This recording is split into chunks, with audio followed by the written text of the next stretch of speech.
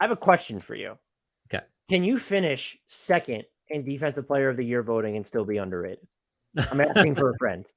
I have a feeling that is very much possible.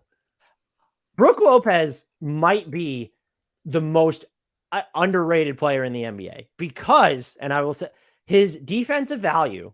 First of all, his value is so often boiled down to look what he's doing as a rim protector, which I think it's not insulting, but it's an oversimplification of his actual defense. Where, yeah, look at what he's doing as a rim protector. But like, this is someone when you look, he knows how to like use angles and like body bends to like come out of what you would call his wheelhouse or comfort zone and hold up. Like he's, if you don't want to call him matchup proof, he's not someone that is going to be played off the floor. Like, yes, Miles Turner is more matchup proof. You know who's more matchup proof than Kristaps Porzingis? Brook Lopez. So like I can't say enough about what he's able to do defensively. And it holds up when Milwaukee's other best defenders aren't on the court. You pull Giannis off, the Bucks still rank in the 9th percentile of defensive efficiency. You pull Drew Holiday off, I believe it's the same story last time I had checked. We go into game 2 against Miami. This is where the underrated stuff comes in. When we talk about Brook Lopez, and maybe not we, but I'm sure at least I'll say I've probably been guilty of it at some point, boil down his offensive value to like, look at how important that is to Milwaukee spacing. You put someone who can shoot threes around Giannis and how that works. We start taking like 8 3-point attempts per 36 minutes.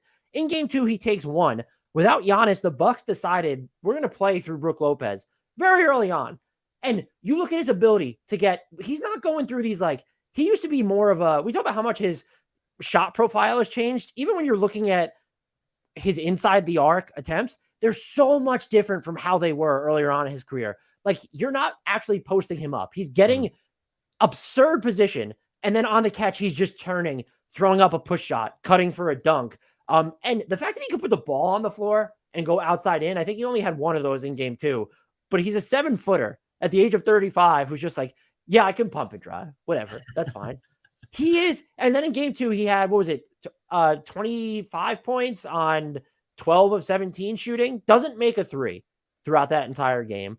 And it was just I don't want to say that it was the epitome of Brook Lopez's value, but it was just like this reminder he does so much. And I think even you look at this series, Milwaukee's defense has actually been not great overall. The Heat are making jumpers, which is just absurd. Also, Brook, though, has not, when you look at the rim protection numbers, those haven't been great for him. He's kind of nailed the Bam Adebayo assignment, though. The Heat as a team are averaging 0.92 points per possession when Brook Lopez registers as a defender on Bam Adebayo. Like, you get in the shot profile, like, Bam Adebayo has more turnovers than assists in those, but because this is measured in partial possessions, I like to just go, I think the team's performance is the most accurate way to view it, even though it's probably not perfectly telltale. Brook Lopez is 35, headed towards free agency, and he's just a monstrous winner because of the recognition he gets for his defense, for how good he's still on offense. And I think when we talk about bigs who can stretch the floor, protect the rim, not be played off the floor on defense, and then also just open up so many different options and shots inside the arc, you can count those bigs on one hand. Yep. There's Miles Turner. There's who's after that? Jaren Jackson, maybe. Jaren Jackson Jr. Who else? I mean, Anthony Davis he's not on that list, right? Like because he's not hitting. No, the shooting element's not there, other than that one time in the bubble. Karl-Anthony Towns doesn't bring the rim protection. There might be 4 or 5 guys. Brook Lopez is one of them. And I don't know if you have anything to add to this. My final thought would be, it would not shock me. I know the cap is going up, but like this is someone who could get $20+ million per year. Yeah. On a short-term deal for sure. Just because, there's not really any drop off. And this is a guy that was it last year that he missed all the time with back surgery? Like for a guy that age, that's that big, and he's better than he was a year ago.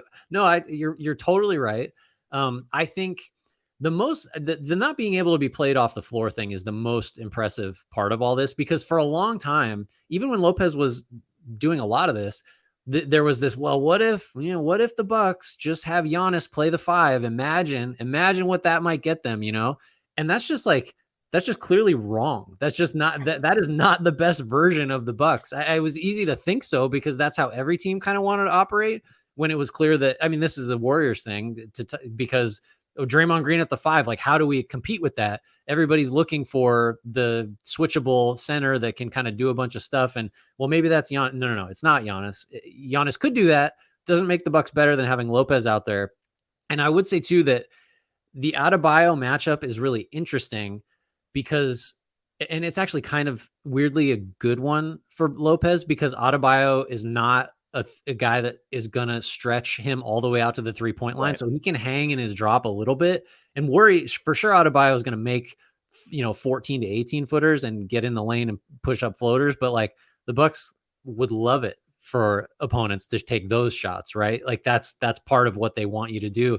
So he is positioned to succeed, but we haven't really seen, correct me if I'm wrong, the matchup or the team that you kind of look at Lopez on the floor and wonder, well, how's he going to hang out there? That just doesn't happen for him.